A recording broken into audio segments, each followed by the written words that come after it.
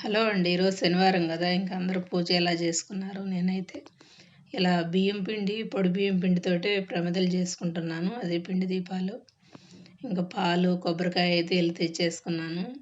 కొంచెం పాలు ఎక్కువ పడతాయి పొడి పిండికి అంతేను. ఇంక అంతకు మించి అయితే ఏం లేదు. సేమ్ అది, ఇది సేమ్ ఉంటాయి. ఇంకా నీట్‌గొస్తాయి. ఇంకా ఇది కొంచెం నెయ్యేసి కలిపేసుకుంటే కొంచెం బెల్లము. ఇంక ఈరోజైతే పొంగలేం పెట్టలేదు. నార్మల్‌గా ఇలా సేమియా అయితే చేస్తున్నాను. ఇంక ప్రతిసారి పొంగలేం పెట్టను. వీలైనంత వరకు పెడతాను.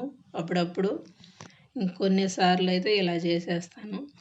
తొందరగా అయిపోయిద్ది. అంతేను. అంతకు మించి ఏం లేదు. ఇది 10 నిమిషాల్లో అయిపోయేది. అది ఒక అరగంట పట్టిద్ది పొంగల్ పెడితే. మా వారైతే శనివారం, శనివారం పొంగల్ పెట్టమనే అంటారు. తొందరగా అయ్యే పనులు చేశాననుకో ఇంక ఆయనైతే తిడుతుంటారు. ఏ పనైనా తొందరగా అవగొట్టడానికి చూస్తుంటావు.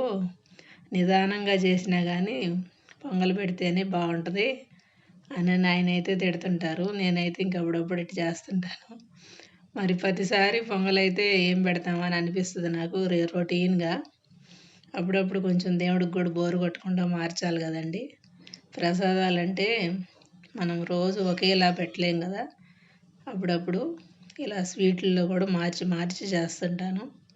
ఒక్కోసారి కాయలు కూడా పెట్టేస్తాను. ఇంక మరీ వీలు పడదు. టైం లేదు. ఇప్పుడు హడావిడిగా ఉన్నాం అని అనుకుంటే ఇంక హారతి మీరు కూడా తీసేసుకోండి. ఇంక దండం అయితే పెట్టేసుకొని ఇంక వంట అయితే స్టార్ట్ చేయాలి. అప్పటికే చాలా లేట్ అయిపోయింది. ఇంక పూజ అయితే ఇలా అయింది. వీడియో నచ్చితే ఒక లైక్ ఇవ్వండి.